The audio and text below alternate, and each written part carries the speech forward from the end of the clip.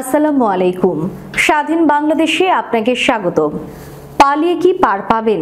শেখ হাসিনার গন্তব্য কোথায়? শেখ হাসিনা বাংলাদেশ ছাড়ার পর তার চূড়ান্ত গন্তব্য কোথায় বা কোন দেশে তা নিয়ে এখনো ধোঁয়াশা কাটেনি। দিল্লিতে পররাষ্ট্র মন্ত্রণালয়ের একটি সূত্র বিবিসি বাংলায় শুভজ্যোতি ঘোষকে জানায়, প্রথমে ভারতে এলেও এখানে তিনি থাকছেন না। এর আগে ভারতের একজন কর্মকর্তা স্থানীয় সময় বেলা ৩টা নাগাদ বিবিসির কাছে এই তথ্য নিশ্চিত করেন যে শেখ হাসিনা ও তাঁর বোন শেখ রেহানা দুজনেই ভারতে প্রবেশ করেছেন। আন্তর্জাতিক বিমান ট্র্যাকিং ওয়েবসাইট ফ্লাইট রাইডারে বেলা 3:30 নাগাদ দেখা যায় যে বাংলাদেশ বিমান বাহিনীর একটি CJ-30 পরিবহন এয়ারক্রাফট ভারতের ধানবাদ শহরের উপর দিয়ে উড়ছে এবং উত্তর ভারতের দিকে এগোচ্ছে।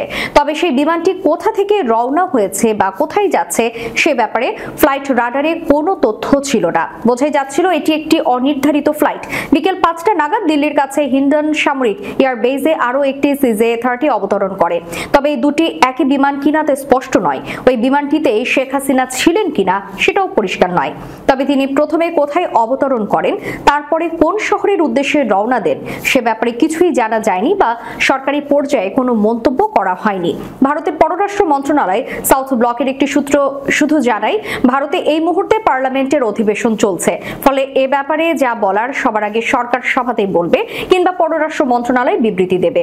আপনারা ততক্ষণ পর্যন্ত অপেক্ষা করুন। তবে ভারতীয় সময় সন্ধ্যা 6টায় পার্লামেন্টে বা পার্লামেন্টের বাইরে এই বিষয়ে কোনো বিবৃতি আসেনি।